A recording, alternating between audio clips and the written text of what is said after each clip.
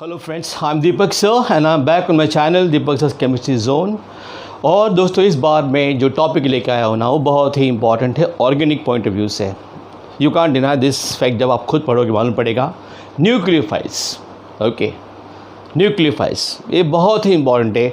बहुत से reaction mechanism में SN1, SN2, E1, E2, ERSN1, ERSN2, SNI, बहुत सारे EI मैकेनिज़्म काफ़ी जगह आपको ये देखने मिलेगा। ओके, सो न्यूक्लियोफाइल्स क्या होता है तुम्हारे टेक्स्ट बुक में बहुत ही छोटे कम शब्दों में दिया हुआ है। ओके, तो you have to know something more than the text book.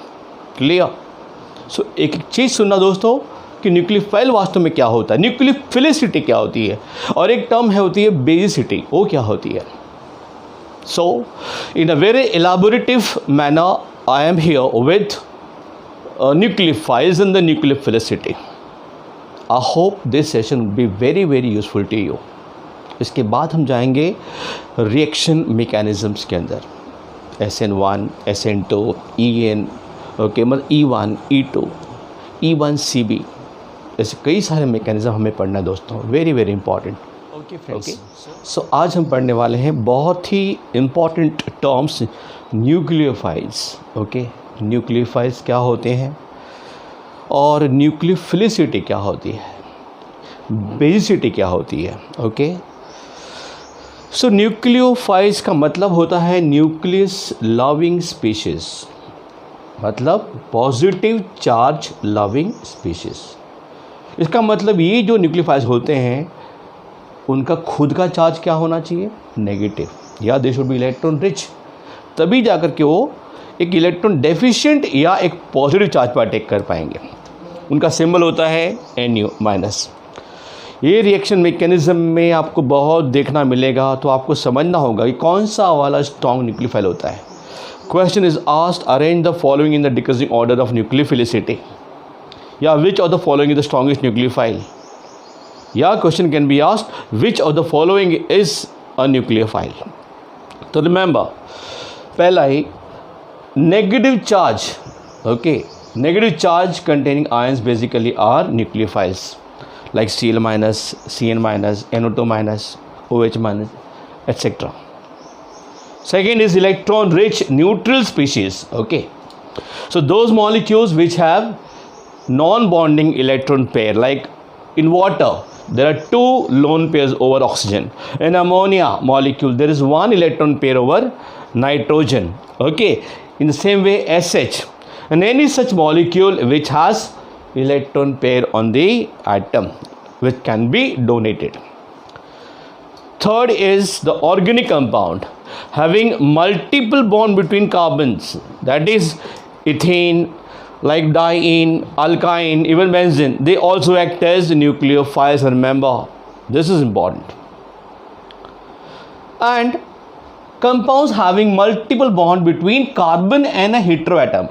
Heteroatom मतलब other than carbon, like oxygen or nitrogen. Okay, fine. So they act as what?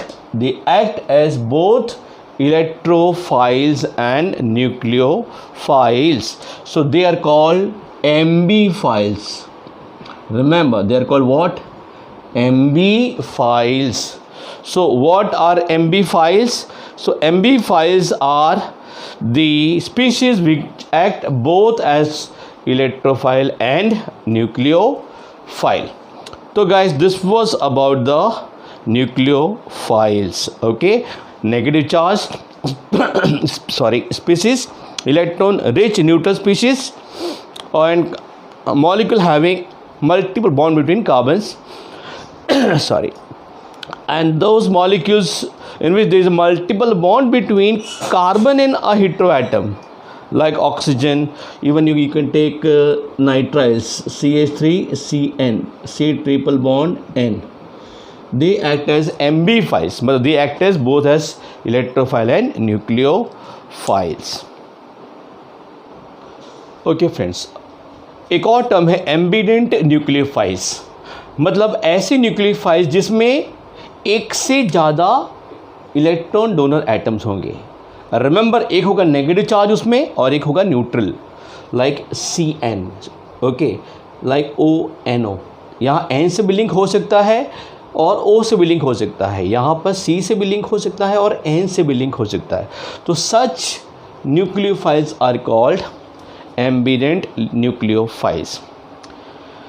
दोस्तों एक बात ध्यान देना, आपने पढ़ा होगा इक्विलिब्रियम चैप्टर के अंदर कि conjugate base of a strong acid is a weaker nucleophile. Okay, simple example है कि HF इन वाटर हम लेते हैं, तो HF स्ट्रॉन्गर एसिड है कंपेयर टू वाटर। इसका कॉन्जुगेट बेस क्या है, H निकाल दिया F माइनस, इसका कॉन्जुगेट बेस क्या हो गया, OH माइनस। सो स्ट्रॉन्गर एसिड है HF, तो उसका जो कॉन्जुगेट बेस होगा वो वीकर होगा, और ये वीकर एसिड है तो this is stronger. So OH is stronger, okay, nucleophile then F minus, remember this thing. अब दूसरा एक टर्म है न्यूक्लियोफिलिसिटी एंड बेसिसिटी। ये टर्म्स क्या हैं, ये समझना बहुत ज़रूरी है। देखो, न्यूक्लियोफिलिसिटी बेसिसिटी में ज़्यादा फर्क नहीं है, दोनों में इलेक्ट्रॉन पेयर होना चाहिए ग्रुप के अंदर। But nucleophilicity is the tendency of the group or the nucleophile to donate electron to the carbon, that is electron deficient carbon. उसमें leaving group L is the living group, वो निकलेगा और nucleophile enter करेगा। But basicity is typically to donate electron pair. It is a tendency to donate electron pair to H plus. Okay. मतलब O एक acid में से H को अपनी ओर खींचेगा, A minus that is anion will be released. So you must know simple difference between basicity and nucleophilicity. Nucleophilicity is determined by the rate constant, okay, it is determined on the basis of, or it depends on the rate constant of the reaction, whereas basicity depends on equilibrium constant. दूसरी भाषा में अगर हम बात बोलें तो nucleophilicity is govern, okay, by the chemical kinetics and this is govern by the thermodynamics. Clear? अब हम जाते हैं कि न्यूक्लियोफिलिसिटी बेसिसिटी कब सेम ऑर्डर में होंगे डिक्रीज और कब वो रिवर्स ऑर्डर में होंगे increase and decrease. This is very important to understand. Now friends, this is very very important to understand, और ये आपको एग्जाम में काम आएगा। न्यूक्लियोफिलिसिटी बेसिसिटी कब पैरेलल होते हैं, मतलब कब एक साथ घटेंगे या बढ़ेंगे उनका order. Okay, so look here, these are the species having the same nucleophilic center, मतलब O एटम पर न्यूक्लियोफिलिक सेंटर है। तो जब सेम न्यूक्लियोफिलिक सेंटर होगा तब what would happen? Both nucleophilicity and basicity parallel each other. अगर basicity कम होगा तो न्यूक्लियोफिलिसिटी भी कम होगा उसी ऑर्डर में। अब हमारे पास ये चार केस है, ये चार न्यूक्लियोफाइल है, ये OH माइनस, ये CH3CO minus, H2O, RO minus. हमारा रूल क्या है कि स्ट्रॉन्गर एसिड का कॉन्जुगेट बेस वीकर होता है, तो हम सब में एक एक H ऐड कर देंगे, तो ये बनेगा वाटर, ये बनेगा एसिटिक एसिड, ये बनेगा H3O प्लस, ये बनेगा अल्कोहल। तो स्ट्रॉन्गेस्ट एसिड अगर देखा जाए तो H3O प्लस होगा, तो उसका कॉन्जुगेट बेस जो होगा वो वीकेस्ट होगा। ओके, उसके बाद अगर स्ट्रॉन्गर आता है तो ये वाला, तो H3O प्लस के थोड़ा स्ट्रॉन्गर न्यूक्लियोफाइल होगा ये वाला, और फिर वाटर आता है। Okay, so alcohol is the weakest amongst all, okay, सिवाय के मिथेनॉल, रिमेंबर। तो RO minus greater than OH minus, greater than acetylene, greater than H2O. Nucleophilicity decreases in this order and basicity also decreases. मतलब this is the strongest base and the strongest nucleophile, remember, and it decreases in this order. I hope it is clear to you people. Very important term. Now this is again very important from exam point of view. If nucleophilic center is same, nucleophilicity decreases, remember, and basicity increases with the increase in the size of the group attached. Like ये सभी case में O पर minus charge है, मतलब O is the nucleophilic centre. But यहाँ पे एक छोटा ग्रुप लगा है मिथाइल का, यहाँ पे एक आइसोप्रोपाइल लगा है, यहाँ पे एक टर्ट ब्यूटाइल लगा है, दिस इज द बल्किस्ट ग्रुप। तो हमने क्या कहा, nucleophilicity will decrease with the size increase. तो सबसे कम ये होगा न्यूक्लियोफिलिक, सबसे स्ट्रॉन्गेस्ट न्यूक्लियोफाइल क्या होगा, जो सबसे छोटा ग्रुप होगा। तो nucleophilicity remember decreases okay with the increase in the size. Nucleophilicity decreases या varies as the size of group okay, and basicity is directly proportional to the size. Greater the size, greater is the basicity. तो this is the reverse order in this case.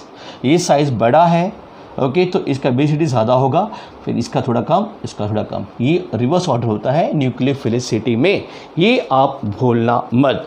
And remember this simple formula, nucleophilicity is inversely proportional to the size of the group and basicity is directly proportional to the size of the group. So these are very important fundas okay about nucleophilicity and basicity remember। अब students ये बहुत important है, ध्यान सुनना इसको। Basicity is determined on the basis of strength of BH bond. जो bond बनाएगा negative ion, यहाँ पे B मतलब negative ion combines with H, तो जितना स्ट्रॉन्गर बॉन्ड होगा मतलब उतनी उसकी बेसिसिटी ज़्यादा। Remember clear, stronger the bond greater the basicity. And nucleophilicity जो होता है ना, that is inversely proportional to electronegativity. So in a period left से right हम जब जाएंगे, what happens due to the increase in the electronegativity okay, nucleophilicity क्या होगा, decrease होगा, and basicity also will decrease because the strength of the BH bond also decreases. So you can take this example here, जैसे ये methyl anion है okay, अब methyl anion है वो methane से आया हुआ है, तो मीथेन में CH बहुत स्ट्रॉन्गर होता है, तो बेसिसिटी ऑफ कोर्स उसकी ज़्यादा हुई ओके। एंड क्योंकि carbon is the least electronegative, तो उसकी न्यूक्लियोफिलिक कैरेक्टर सबसे ज़्यादा होगी। So as the electronegativity decreases, both basicity and nucleophilicity what decreases, I mean they decrease in the same order। तो यहाँ पे रीज़न क्या बताया, basicity decreases because BH bond energy decreases in this order okay, nucleophilicity also decrease okay, why does it decrease, because that is inversely proportional to the electronegativity। ये सबसे ज़्यादा electronegativity, सबसे कम ये होगा न्यूक्लियोफिलिक। तो in a period remember both basicity and nucleophilicity decreases from left to right. Remember this thing, very very important. Now this side, ये भी बहुत इंपॉर्टेंट है, ये टर्म समझना। मैंने कहा कि न्यूक्लियोफिलिसिटी जो है that is inversely proportional to electronegativity. Remember down the group क्या होगा, जैसे अगर हम बात करेंगे हैलाइड आयन में F minus Cl ion, Br ion is I minus, what will happen? So remember as we go down, nucleophilicity will increase because electronegativity कम हो रहा है, तो कम होगा तो ये बढ़ेगा न्यूक्लियोफिलिक कैरेक्टर, न्यूक्लियोफिलिसिटी बढ़ेगी। But basicity decreases, basicity decreases okay. You can understand this way कि HI सबसे स्ट्रॉन्गेस्ट एसिड होगा, तो उसका कॉन्जुगेट बेस होगा वो वीकेस्ट होगा, तो इट डिक्रीजेस। और दूसरी भाषा में कि HI का बॉन्ड एनर्जी सबसे वीकेस्ट होगा और HF का हाईएस्ट होगा। This is the reason why basicity decreases. तो बेसिसिटी डाउन द ग्रुप कम होगा रिमेंबर, एंड न्यूक्लियोफिलिसिटी बढ़ेगी। तो ये इसका वजह है, because nucleophilicity depends on what electronegativity in this order and basicity on the strength of BH bond। so now you can say जैसे NH3 है और PH3 है, दोनों सेम ग्रुप के एलिमेंट हैं N और P, तो डाउन द ग्रुप किसी ने पूछा कि इनमें से स्ट्रॉन्गर बेस कौन सा है, तो रिमेंबर दिस थिंग, बेसिसिटी क्या होगी यहाँ पर हमेशा, it will decreased in this order. Okay, so this is more basic than this, but pH3 is a stronger nucleophile because down the group nucleophilic character बढ़ती है. तो this is a stronger nucleophile but weaker base, and this is a stronger base but a weaker nucleophile. Remember, this is very, very important. Students, now look here. This is a very special case to understand. If a group attached to a nucleophile has electron pair, अगर कोई nucleophile पे group लगा है जो उस पर भी electron pair है, जैसे ये देखो, ये अमोनिया है. अमोनिया में n पर इलेक्ट्रॉन पेयर होता है, आपको बताइए. ओके, इलेक्ट्रॉन पेयर होता है. और ये हाइड्रोजन मॉलिक्यूल जिस पे NH2 ग्रुप लगा हुआ है और उस पर इलेक्ट्रॉन पेयर है. तो अगर इलेक्ट्रॉन पेयर वाले ग्रुप बढ़ जाएंगे, remember nucleophilicity increases and basicity decreases. इसका मतलब एमोनिया क्या होगा, ये स्ट्रॉन्गर बेस है और ये वीकर बेस है. But hydrogen is a stronger nucleophile than ammonia. In the same way ये हाइड्रोक्साइड आयन है और इसमें एक O एटम लगा हुआ है, that is peroxide ion we can say. तो यहाँ पर इलेक्ट्रॉन पेयर वाला ग्रुप बढ़ गया है, तो न्यूक्लियोफिलिक कैरेक्टर तो बढ़ गया. तो इसका मतलब ये है stronger nucleophile peroxide ion, but it is a weaker base compare to OH ion. OH ion is a stronger base but a weaker nucleophile compared to peroxide ion. Well friends, I hope you got the terms nucleophiles right. Every condition I have discussed, what happens across the group, what happens down the group, nucleophilicity basicity कब parallel होते हैं, कब reverse order में बढ़ते घटते हैं. Okay, हर एक बात हमने बात की. एम्बिडेंट न्यूक्लियोफाइल्स क्या होता है, एमबी न्यूक्लियोफाइल्स क्या होता है, या एमबी फाइल्स क्या होता है, सब कुछ हमने डिटेल में बात किया. दोस्तों, भूलना मत इस टॉपिक को. Okay, thank you for watching and I will be coming back again with some more elaborative and very informative part of general organic chemistry. This was GOC part 4. Okay, thank you so much, and yes, please be tuned in with me on my channel, Deepak's Chemistry Zone. Okay, and please don't forget to like, share and subscribe. Till then.